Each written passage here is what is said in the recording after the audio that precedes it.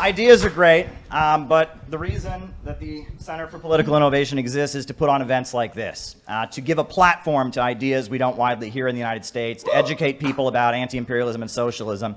And that is why it is really an honor tonight to bring forward our guest of honor, a real hero, someone who deserves to be heard from the heavens. Everyone should hear what this man has to say. Scott Ritter is here. Scott Ritter is here. We are proud that Scott Ritter is here. This is a hero. This is a hero right here.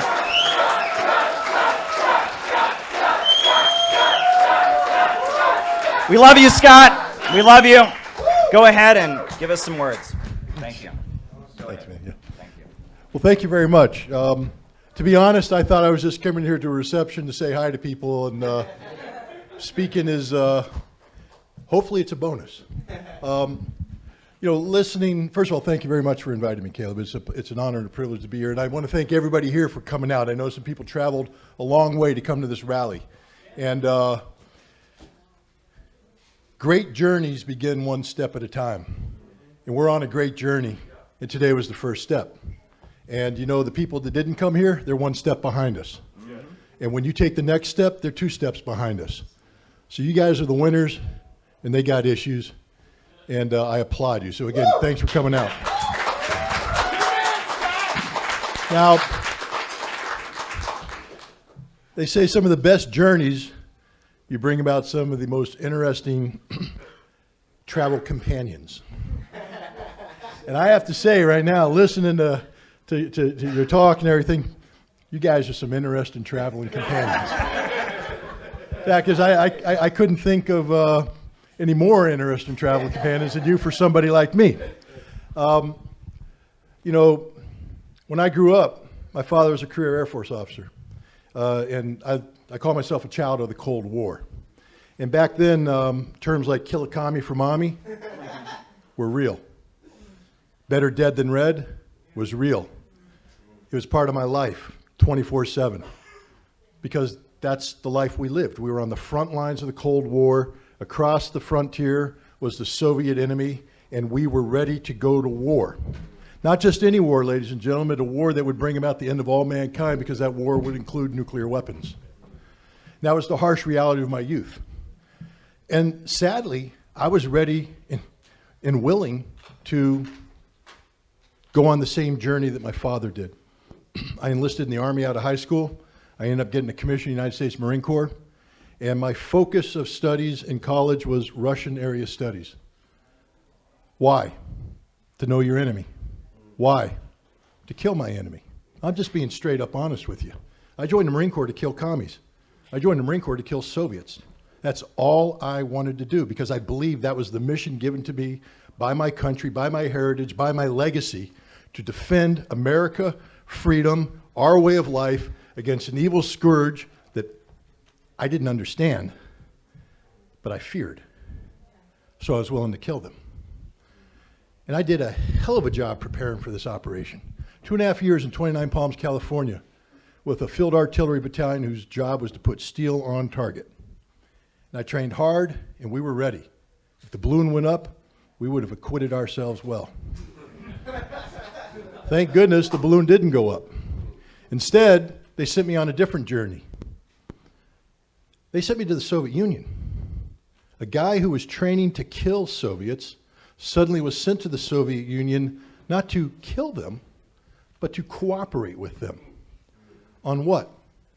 Eliminating the most dangerous weapons in the world. In December of 1987, Ronald Reagan sat down with Mikhail Gorbachev and signed the Intermediate Nuclear Forces Treaty. Intermediate nuclear forces are basically missiles with nuclear warheads of a given range. In this case, the range, 500 to 5,000 kilometers, I believe, could be miles, but I think it's kilometers, meant that if the weapon was stationed in West Germany, it could strike Moscow 5 minutes after launch. Why is that important? Well, because that's the amount of time then the Soviets have to decide what to do. The second the weapon is detected, 5 minutes later, if it's the real deal, Moscow disappears. Now, normally speaking, with intercontinental ballistic missiles, you have 30 to 40 minutes. Now, why is this important? Because in the past, the treaty was signed in 1987. In 1983, there were several instances where there were false alarms. And fortunately, the time that was saved by that 30 to 40 minute window allowed people to make the right decision to assume that this wasn't a real attack, but a false alarm, and they didn't launch the missiles. But with the new intermediate range missiles, if the alarm went off, you didn't have 30 to 40 minutes, you had 5 minutes, which means fire now, boom, and we're all dead. We're all dead. Now, I don't like to say this too often, and I appreciate people shaking my hand coming up here. Don't shake my hand for anything I am doing today or tomorrow. Shake my hand for what I did in 1988, 1989, 1990. Want to know why? Because if it wasn't for people like me on the American side and my Soviet counterparts, none of us would be here today. You're an American hero. Because without the treaty, there would have been a mistake. And if that mistake, we wouldn't have had time. Decisions would have been made. And I'll give you an example from life. June 1995, a missile was fired from Norway. It was an atmospheric test missile. And when it went up, Soviet or Russian radar picked it up and determined that it was a Trident submarine-launched ballistic missile coming in on a trajectory designed to fire an electromagnetic pulse, so basically a nuclear bomb in the air, to blind Russian radar for the first strike coming in. This was taken so seriously that the Russian authorities brought the nuclear briefcase to Boris Yeltsin, opened it up and said, put in the launch codes now, boss, right now. We have to make a decision right now. Fortunately, because of the Intermediate Nuclear Forces Treaty, Yeltsin had more than 5 minutes to make that decision. And eventually he said, I don't think this is the attack, we're going to stand down. Had the treaty not been signed, we would have had a completely different outcome. So when I say we all would have died, it's not hypothetical, ladies and gentlemen. We all would have died. None of us would be here today. That's an amazing thing. But you know, perhaps the most important thing about the Intermediate Nuclear Forces Treaty for me wasn't the journey of disarmament. It's very important, life or death, literally, boom. It was a journey of discovery. How do you take somebody who was conditioned to hate a people he knew nothing about to such an extent that he wanted to kill them? And not just kill them theoretically, in close quarter combat, close with and destroy the enemy through firepower maneuver. Look them in the eyes while you take their life. That's the kind of hate I had in my soul for the Soviets. And yet they transformed me. You say, I went over there, and instead of trying to kill them, I started working with them. It was an amazing journey to see these people as humans, human beings. You know, initially our work was professional, purely professional. We worked together to build, you know, this monitoring facility. We worked on developing procedures, et cetera. But you can't be around people 24/7 without beginning to see little things about them. That guy's pretty funny. That guy's not. And I'm sure they were saying the same things about us, you know. Looking at the guy next to me going, I like him. Looking at me going, I don't like him. But that's okay. On New Year's Eve, 1988, a senior Soviet engineer named Igor Yefremov, who used to build the reentry vehicles for SS-25 missiles, those were the missiles that are aimed at American cities, invited me and 3 other inspectors into his home. And in doing so, he opened up his life for us. We got to meet his wife, his kids, his neighbors came over. And anybody who knows anything about life, you don't normally invite people into your house unless you've cleaned it up really good, right? Because otherwise they come in and they get to see the real you. Like if you come into my house and it hasn't been cleaned up, you're going to learn a lot about Scott Ritter. What a slob he is and what dogs do to a home.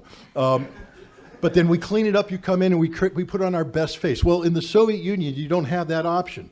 These are small apartments. When you come in, what you see is what you get. It's a very intimate experience, and we got to see everything about this man's life, his family's life, the photographs, the clothes, the bedroom right there, the tiny bathroom. But we also got to see the love that this man had for his family.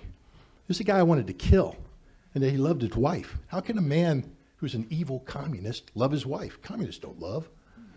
He has children that he dote on. He loves his children. Communists don't dote on their children. That's an American trait. Friends came over and they told jokes. They made fun with one another. What I learned is that these are fellow humans. And it began a journey where I no longer wanted to kill them. I wanted to like them. I wanted to love them. Fact is, I married one of them. U.S. government didn't like that, but the point is, I broke down this wall of ignorance. This wall of ignorance, and from that ignorance comes the fear that drove me to do what I was trying to do. But once you learn, once you educate, once you inform yourself, the ignorance is no longer there. It's replaced by knowledge, and the knowledge allows the fear to be eliminated, and you can view things objectively. And one of the clearest things I've learned from this is that we don't want to go to war with Russia. Amen. We don't want to engage in a nuclear arms race. Now, we had tried to put these pieces together back in the late 1980s, early 1990s, but we have failed. Somehow we have gotten off track. Today we're in a situation where there's a horrific war in Ukraine. I'm not here to articulate one way or the other on that. I think I've made my point clear where I stand. But the bottom line is it doesn't matter what Scott Ritter thinks, that war is a reality and that war is going to go the way that war is going to go. What we need to be focused on isn't trying to play, game, we call it a game like a Super Bowl. Russia's on the 40, they're going to go, no, it doesn't work that way, guys. The war's going to end. People are going to die. But when it ends, what do we do? Where do we go? What journey do we choose to take?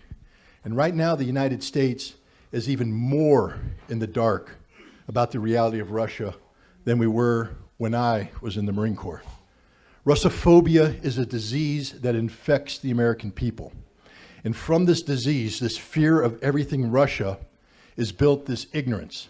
And this ignorance is exploited by our elected officials to take us on a journey of destruction, of the inevitable elimination of all humankind through nuclear annihilation. That's a statement of fact, ladies and gentlemen. When I started the INF Treaty, it began a process that resulted in numerous treaties with the Russians. But because of Russophobia, we have dropped out of the Anti-Ballistic Missile Treaty. We've dropped out of the Intermediate Nuclear Forces Treaty. We've dropped out of the Open Skies Treaty. We have one treaty left, Strategic Arm Reduction Treaty, and that expires in 2026. And there is no effort right now to have a replacement treaty. And if that treaty goes, there is no arms control. And if there is no arms control, there's an arms race. And that arms race today will result in the inevitable nuclear conflict between us and Russia, and we all die. That is a statement of fact. I'm here to tell you right now that if we don't get arms control back on the agenda, seriously, we are all going to die sooner rather than later. For anybody out there who's grandparents, I would imagine you want a world that's safe for your grandchildren. There won't be a world for your grandchildren. For you parents looking to your children, there won't be a world for them. And for people who just enjoy lives as themselves, I'm sorry, you're gone too. Life is going to end. And don't care if you're a libertarian, a communist, a Republican, a Democrat, an agnostic, a Christian, a Jew, a Muslim. It doesn't matter. You're all going to die. So if we allow ourselves, as we try to figure out where we're going to be going, to fall apart and squabble, I don't agree with this, I don't agree with that. The nuclear genie don't care. He's going to grant you one wish, and that wish is death. We got to keep the genie in the bottle. How do we do that? Ladies and gentlemen, we got to go on a journey. We have to go on a journey of national discovery that replicates the journey I took back on New Year's in 1988. We have to start meeting Russians. We have to start talking to Russians. We have to break down this wall of self-imposed ignorance. We have to learn about them. We have to learn to love them, like them, have compassion for them. And if we don't like them, at least we have to be able to articulate why we don't like them. Because then you can begin to come up with a solution of how to resolve that. You can't solve a problem unless you properly define it first. And what Russophobia does is prevents us from accurately looking at the Russian problem. We're not looking at reality, we're looking at fiction. Fiction that is created by the military-industrial complex on purpose to generate the fear that allows them to continue to build the weapons of mass destruction. It is a business that makes them a lot of money, but in the end it's going to kill us all. So where do we go? We got to go on a journey. Now I'm going to give you a little vision here, a little vision, just a slight vision. First, before a vision, like any vision, you got to go backwards. So journey backwards in time with me to June 1982, Central Park. 1 million people showed up in Central Park in an anti-war rally. Not an anti-war rally, anti-nuclear rally, a pro-arms control rally, give peace a chance rally. At that time in 1982, the Soviet Union and the United States were not talking about arms control. We had locked each other out, sort of like what's happening today. We were the evil empire, or they were the evil empire. We were enemy number one, sort of like today. But when 1 million people came together in a singular voice and said, we want to live, that was it. We want to live. And we're telling our government, we need you to embark on policy directions that will guarantee we live. And their voices were heard. 5 years later, the INF Treaty was signed. 5 years later. So now let's move forward. June 2024, a little bit more than a year from now, we need to put 1 million people or more in Central Park. We need to put 1 million people in Central Park. We're going to send one message and one message alone. We need to live. We want to live, and we demand of those politicians whose names will be on the ballot in November 2024 that you listen to us, that you don't ignore us, that this is the singular issue. Nothing else matters but our future as human beings, and that future will be terminated unless you put arms control back on the agenda. We're not telling them how to negotiate. We're not telling them outcomes. That's the job of specialists. Trust but verify.